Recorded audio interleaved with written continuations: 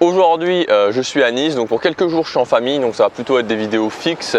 Je vais essayer de me mettre sur la plage dans des décors plutôt sympas. Là franchement, je trouve que le ciel juste derrière est vraiment cool, il est même pas 7 h du matin, donc il n'y a pas beaucoup de bruit. Le seul truc, c'est peut-être de temps en temps un avion qui décolle, mais globalement, il n'y aura pas vraiment de soucis. Aujourd'hui, je voulais vous parler du moment présent, de comment utiliser le moment présent. Donc pour ceux qui ne savent pas, le moment présent, ça a été vraiment popularisé par un livre, je crois que c'est Eckhart Tolle, un truc comme ça, un nom un petit peu, souvent c'est des noms un petit peu imprononçables. Alors c'est l'un des premiers livres que j'ai lu quand j'ai commencé à m'intéresser au développement personnel il y a environ 5 ans. C'est justement le pouvoir du moment présent. Donc je ne vais pas vous raconter tout le livre, c'est un livre qui est, c'est pas forcément le premier livre que je recommanderais à lire en termes de développement personnel. J'ai lu aussi, l'un des premiers livres que j'ai lu aussi, c'était Awaken the Giant Within, donc l'éveil de la puissance intérieure en français d'Anthony Robbins, c'est là qui est un excellent livre pour débuter le développement personnel, débuter la lecture du développement personnel. L'idée du moment présent, donc l'idée que soutient finalement Eckhart Tolle, c'est que globalement, ce qui nous rend malheureux, ce qui nous rend dépressif, ce qui fait qu'on peut se sentir mal dans la vie, c'est le fait de ne pas être dans le présent. Finalement, le présent, c'est le seul moment qui a un impact. Et globalement, quand on se sent plutôt nostalgique, quand on se sent déprimé, c'est qu'on fait trop de passé, c'est-à-dire que notre axe est trop sur le passé. Et quand on se sent stressé, quand on sent de la pression, c'est là à l'inverse qu'on fait trop de futur, c'est qu'on est trop axé sur le futur. Et hier matin, donc juste avant la vidéo que vous avez vue hier, je me suis levé. Il était 5 h du matin quand je me suis levé. Je me sentais pas très bien, alors pas parce que je me suis levé tôt, parce que ça je suis habitué à me lever tôt, mais je devais faire des escales en avion. J'avais pas prévu ça, j'avais prévu d'aller faire une vidéo dans un bel endroit à Rome. Du coup il fallait partir de l'hôtel à 6 h 45, donc pour des questions tout simplement de luminosité, j'avais pas le temps à 5 même de me lever à 4 h et d'aller faire la vidéo à 5 h.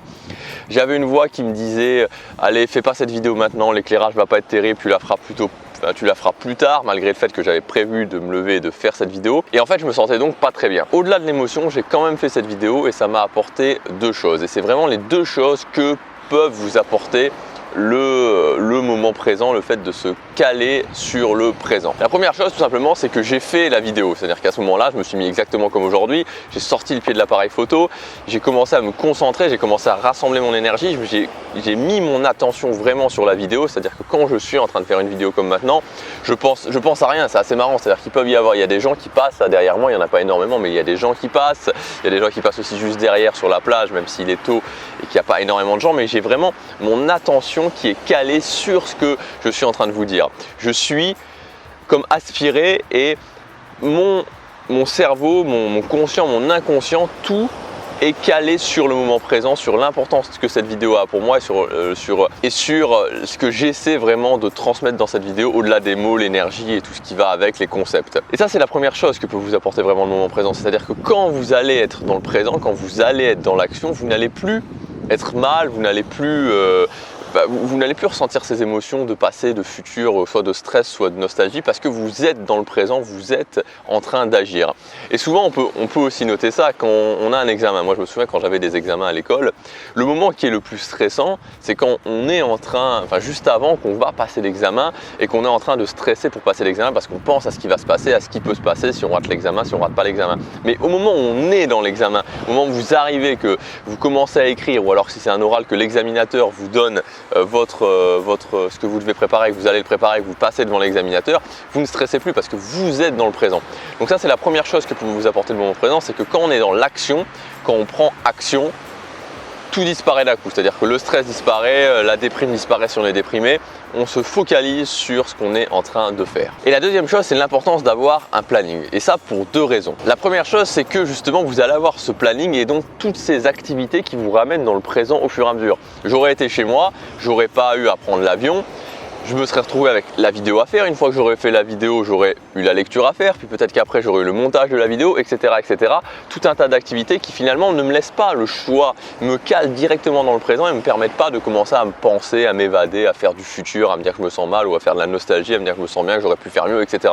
Je suis vraiment dans le présent sur chaque activité. Chaque activité me demande de la concentration, chaque activité me demande de l'énergie et tout ça fait que ma journée avance et j'ai pas le temps de m'occuper vraiment de mes états d'âme finalement. Et la deuxième chose qui est super importante, et c'est ça qui est vraiment très intéressant aussi quand vous faites un planning, quand vous organisez votre journée, c'est que au fur et à mesure que la journée va passer, même si le matin vous partez d'un point A où vous vous sentez pas très bien, vous allez valider au fur et à mesure de la journée, si vous avez bien fait votre planning, que toutes les activités que vous êtes en train de faire vous amènent vers votre objectif. Donc vous pouvez valider, ok, je me sens mal, mais j'avance quand même. Ok, ce matin j'étais pas extrêmement bien, mais j'ai fait cette activité, j'ai fait cette activité, j'ai fait cette activité, et je sais que chaque activité, chaque habitude mis bout à bout va m'amener à mon objectif, et que si demain je fais pareil, ça va me rapprocher encore de mon objectif, etc., etc. Chaque jour, peu importe ce qui se passe dans ma tête, je suis capable de me rapprocher de mon objectif, et quand j'ai atteint cet objectif, je passe au suivant qui va m'amener finalement à mon grand rêve. Et tout ça, ça donne une énergie folle le matin, ou peu importe dans la journée, ça donne vraiment la pêche. Donc c'est ça finalement l'importance du moment présent, et particulièrement le matin et particulièrement le soir, parce que vous avez sûrement pu l'expérimenter, le matin et le soir, c'est les moments où on est le plus sujet, on va dire, je vais pas employer un grand mot, mais à des tempêtes émotionnelles. Le matin, on va se lever, on va penser à notre journée, on va peut-être un petit peu angoissé, peut-être un petit peu déprimé pour certaines choses. C'est à ce moment-là, c'est un moment clé. Le soir, c'est la même chose. Le soir, classiquement, c'est là où on va penser, où on va vraiment penser. Donc c'est ces deux moments qui sont clés, et c'est là qu'est l'important justement de mettre en place des habitudes, parce que quand vous êtes en mode automatique dans ces moments-là, vous n'allez pas avoir le temps de penser, vous allez être dans le présent, et surtout en plus, comme je vous le disais, vous allez valider que vous avancez vers ce qui est vraiment important pour vous. C'est ce que je voulais vraiment vous partager dans la vidéo, l'importance du moment présent, l'importance de se caler des activités dans la journée qui vont vous permettre d'être aspirer, finalement c'est vraiment ça, d'être aspiré dans le présent, et aussi l'énorme importance vraiment de mettre en place des programmes d'habitude, des routines finalement, des routines matinales, des routines du soir,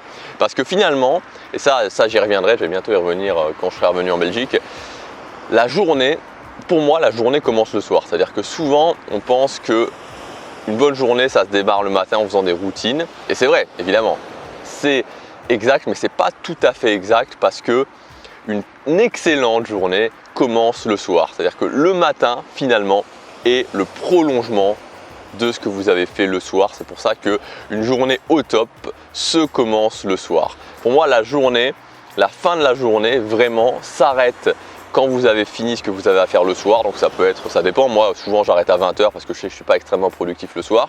Quand vous avez fini ce que vous avez à faire le soir, la journée s'arrête. Après vous avez forcément votre moment de détente, vous pouvez l'avoir avant, enfin ça dépend comment vous vous organisez. Moi après j'ai mon moment de détente, mon moment tranquille où je suis fier de moi, je suis content de ce que j'ai fait dans la journée. Et après, avant d'aller dormir, le rituel du soir, c'est déjà le lendemain. C'est déjà le lendemain, parce que ce que vous mettez dans votre tête, ce que vous faites a déjà une très grande importance pour votre bien-être le soir, pour comment vous allez dormir, pour comment va se passer la journée du lendemain.